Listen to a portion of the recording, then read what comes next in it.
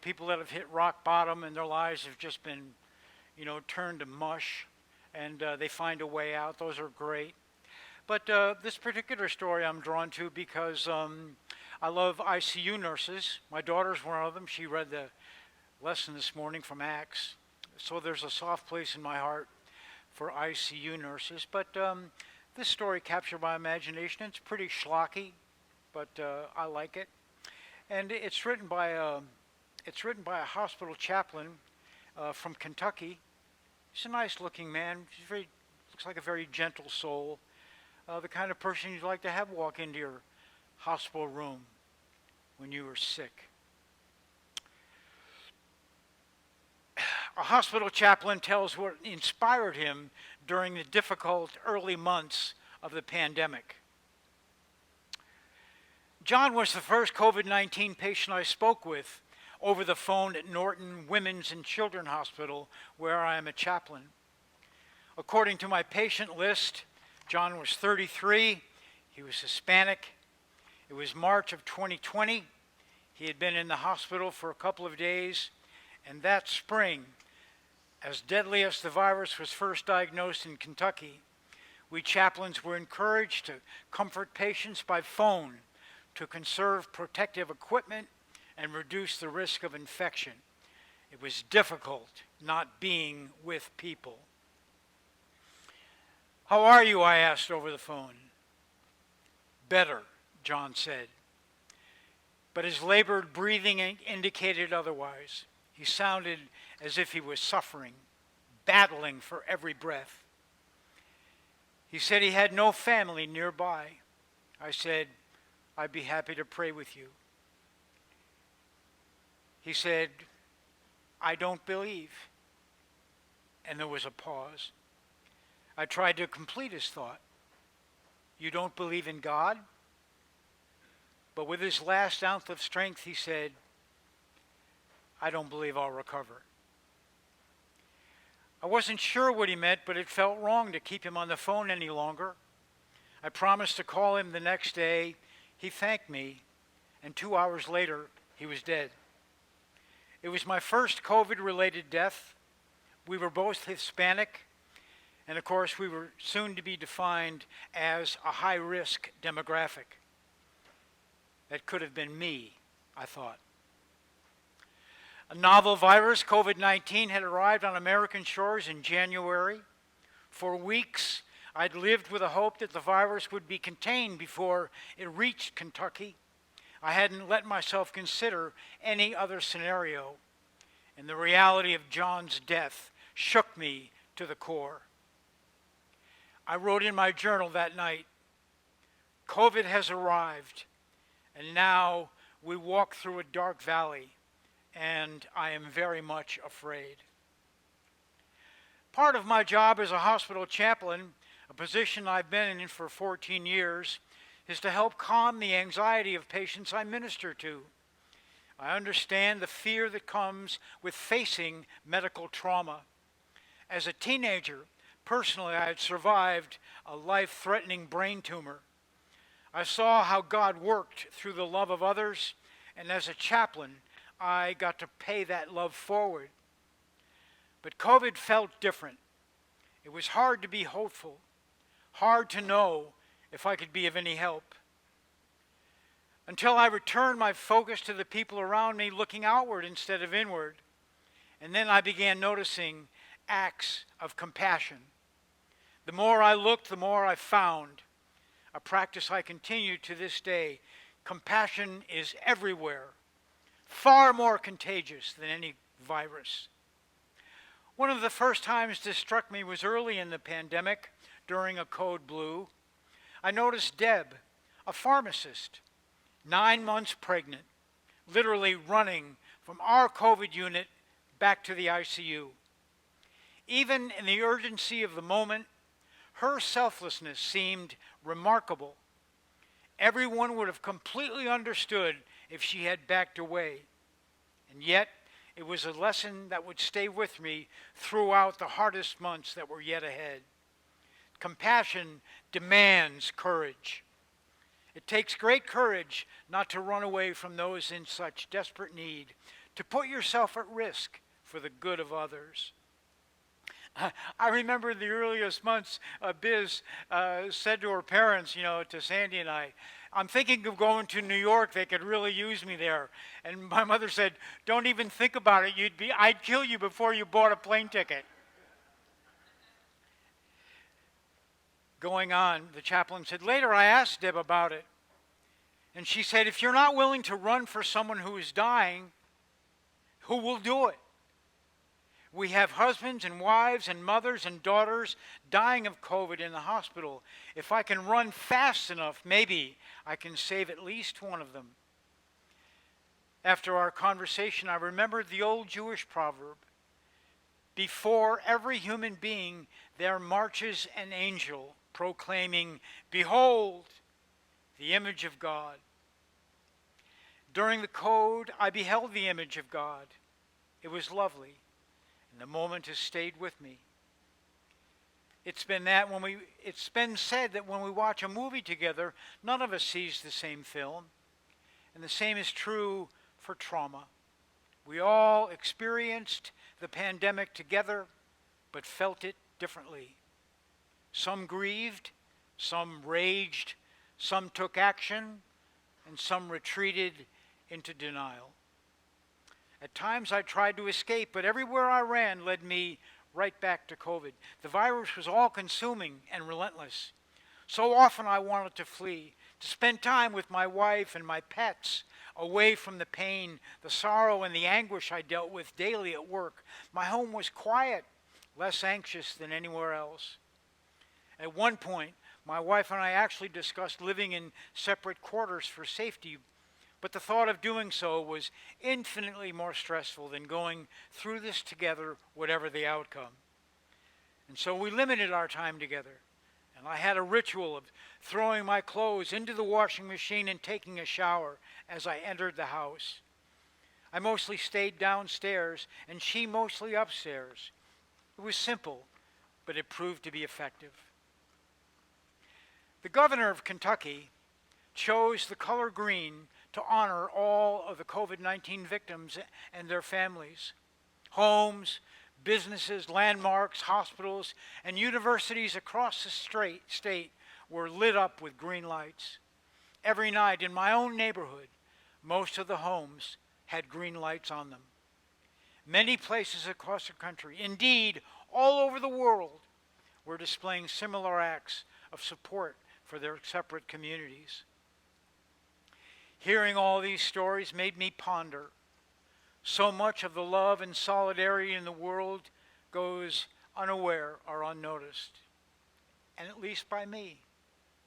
And yet, when you stop to think about it, the impact is incalculable, awe-inspiring, like trying to count the stars that fill the heavens. I switched my work hours so that I could support our second and third shift employees. An ICU nurse named Hannah shared her first experience with a COVID patient. She was new to nursing and very afraid of contacting the virus. Her patient was extremely ill. It was now Christmas time. She cared for him 9 days straight, even coming in on her days off. Being that she couldn't be with her family and his couldn't be with him, she decided and said, we'll be family for each other. And then Hannah told me, there's a Christmas story where Mary and Joseph get to Bethlehem and there's no room at the inn. Well, there was room in my heart for this patient. He wouldn't be left out in the cold by himself. I was going to be his angel, even if he never knew it. He never did know it because he was intubated for his entire hospitalization, and sadly, he died. Taking care of him gave me the courage to help other COVID patients, Hannah said, and I will never forget him. In April of 2020, an ICU nurse in my hospital named Myra was caring for a COVID patient who eventually died. It was scary being in a COVID-positive room in those earliest days. When it came time to clean the room, Myra told the environmental service employee not to come in. I'll clean it, she said. don't enter and risk infection. And then she started mopping the room as we watched from the safety of the hallway.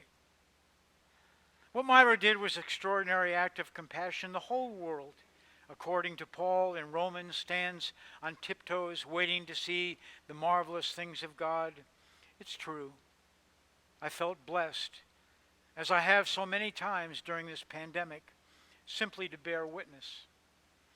So now it's 2021, the Delta variant is sweeping the country. There's a long way to go before we see the other side of this pandemic. I'm a different person than I was in the spring of 2020. I'm more hopeful because I know at least I'm not alone. There are billions of us around the world on this journey together. That thought alone brings peace and reassurance. I'm greatly encouraged when I remember that the majority of people have mobilized to protect and sustain the most vulnerable among us. While COVID has had a devastating impact, the human spirit has not been extinguished or laid low. Quite the contrary. Heroes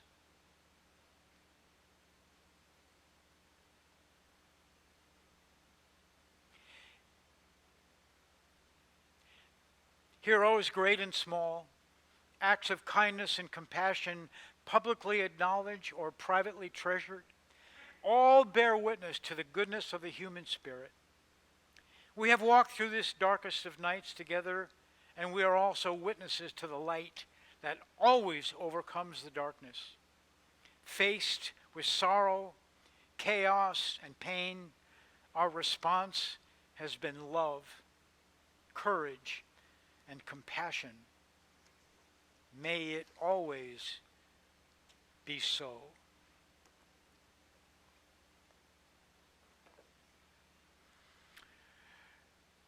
This is the Holy Gospel of our Lord Jesus Christ according to St. John.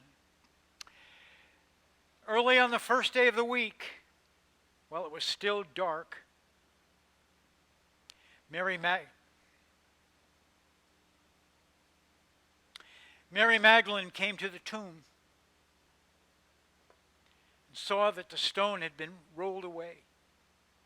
And so she ran and went to Simon Peter and the other disciple, the one whom Jesus loved, and said to them, "They have taken the Lord out of the tomb, and we do not know where they have laid him." And then Peter and the other disciple set out and went toward the tomb. The two were running together, but the other disciple outran Peter and reached the tomb first. He bent down to look in and saw the linen wrappings lying there, but he did not go in. And then Simon Peter came, following him, and went into the tomb. He saw the linen wrappings lying there, and the cloth that had been on Jesus' head, not lying with the linen wrappings, but rolled up in a place by itself. And then the other disciple who reached the tomb first also went in, and he saw and believed. For as yet they did not understand the scripture that he must rise from the dead. And then the disciples returned to their homes. But Mary stood weeping outside the tomb. As she wept, she bent over to look into the tomb. She saw two angels in white sitting where the body of Jesus had been laying, one at the head and the other at the feet. They said to her, "Woman, why are you weeping?" She said to them, "They have taken away my Lord, and I do not know where they have laid him." And when she had said this, she turned around and saw Jesus standing there, But she did not know that it was Jesus. Jesus said to her, "Woman, why are you weeping? Whom are you looking for?" Supposing him to be the gardener, she said to him, "Sir, if you have carried him away, tell me where you have laid him, and I will take him away." And Jesus said to her, "Mary."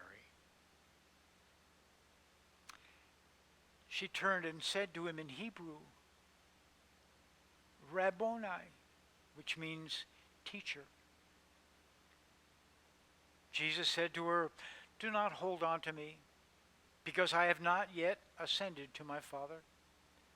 But go to my brothers and say to them, I am ascending to my Father and to your Father, to my God and your God." So Mary Magdalene went and announced to the disciples, "I have seen the Lord." And she told them that he had said these things to her.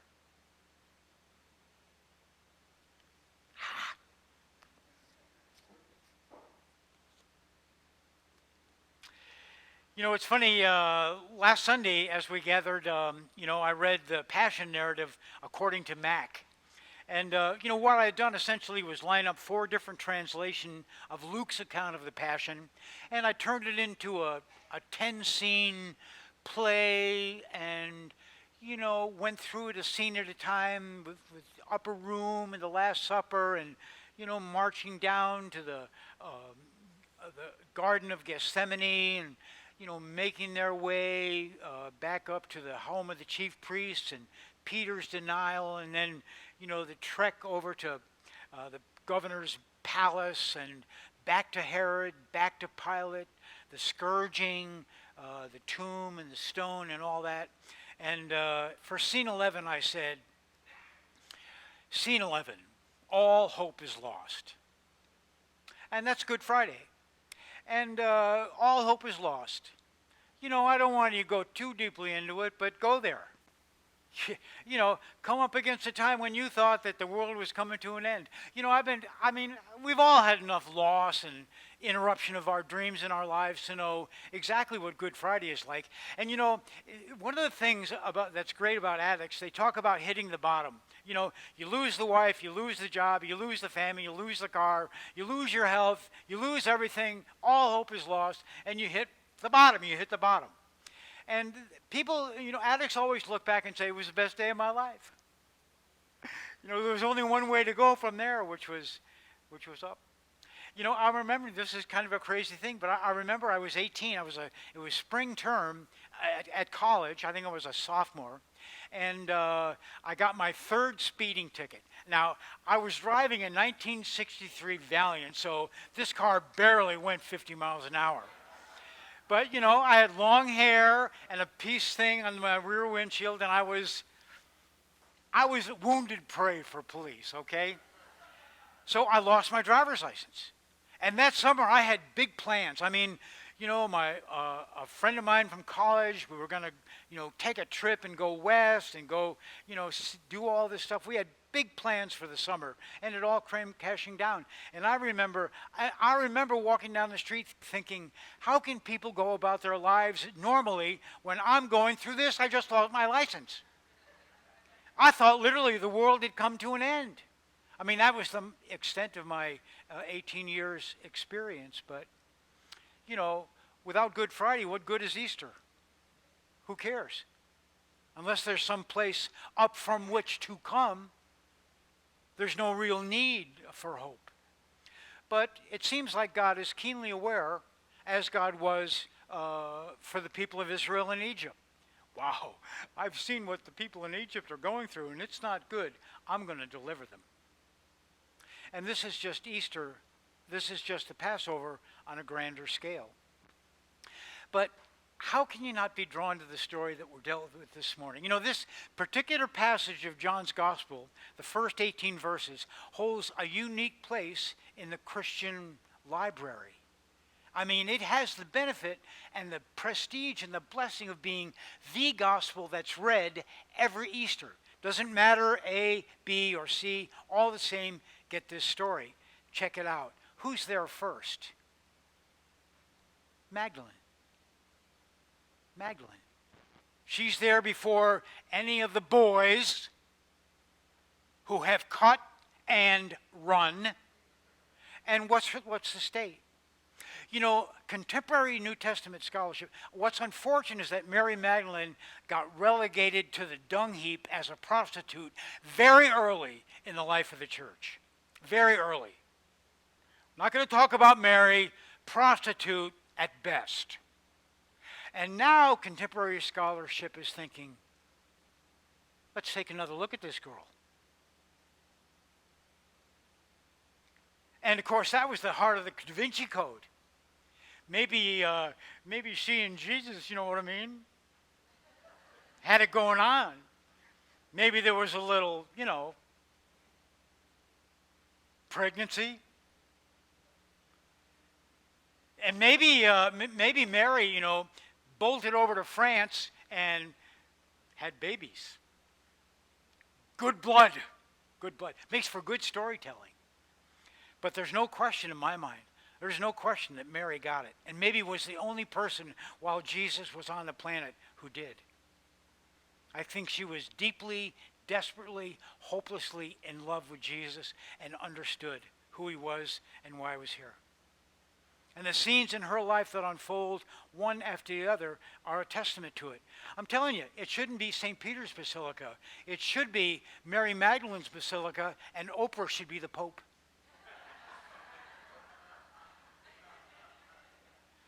But she goes to the tomb early in the morning, and you would too. You would too. When somebody who you love more than your own life, more than anything else in the whole world dies, there's no place else to be but with them. And she goes early, before anyone else. Her heart's just broken. Her life is over. As she knew it, every imaginable scenario played out in her mind was just dashed. Can you relate to that? That grief, the enormity of that loss. It's hard. I mean, it'd be one thing to be loved by another human being. It'd be another thing if Jesus felt that way about you. I think. In my imagination, I just can't even imagine. I can't even imagine. And so she goes and tells Peter and John, and they get into this foot race. What's that about? An athletic contest on the morning of Easter? What's going on there? A lot's going on there. The disciple whom Jesus loved, the love is always at the forefront. And what's Peter nursing? Whew. I mean, every now and then you betray a friend. It just happens. You say something about somebody that you shouldn't have said. You throw a stone in the way of somebody you love. You never meant to, really, but it's betrayal. It's terrible. It's terrible. So here's Peter, the night before. I don't even know the guy, let alone be a follower. Nothing to do with him. Now he's walking around with that, and it's pretty recent. Slowed him down.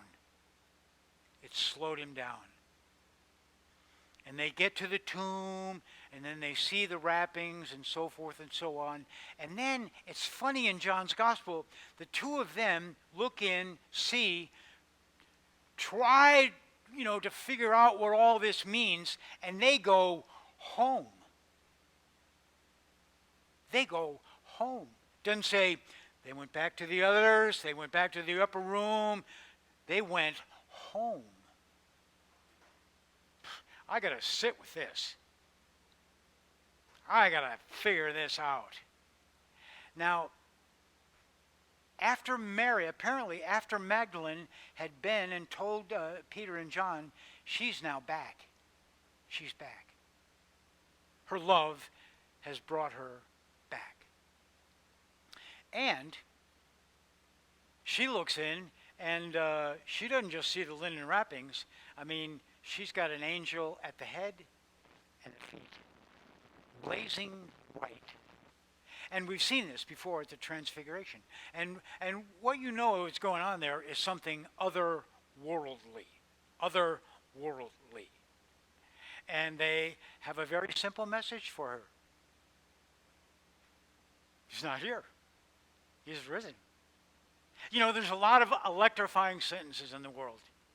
You know, my wife a number of years ago gave me a book called Words That Shook the World. And it came with 2 CDs. And in it were excerpts of some of the most famous speeches on the planet. And were they recorded, you know, in our time, you know, they were on the CD. And they were great. You know, Lou Gehrig, I have nothing but thanks. You know, and goes on and on. We have nothing to fear but fear itself. You know, one speech after another. But clearly the most electrifying sentence ever in history. He's not here. He's risen. And so then Mary, not Peter, not John, not Andrew, not Matthew, none of them. Mary has this conversation.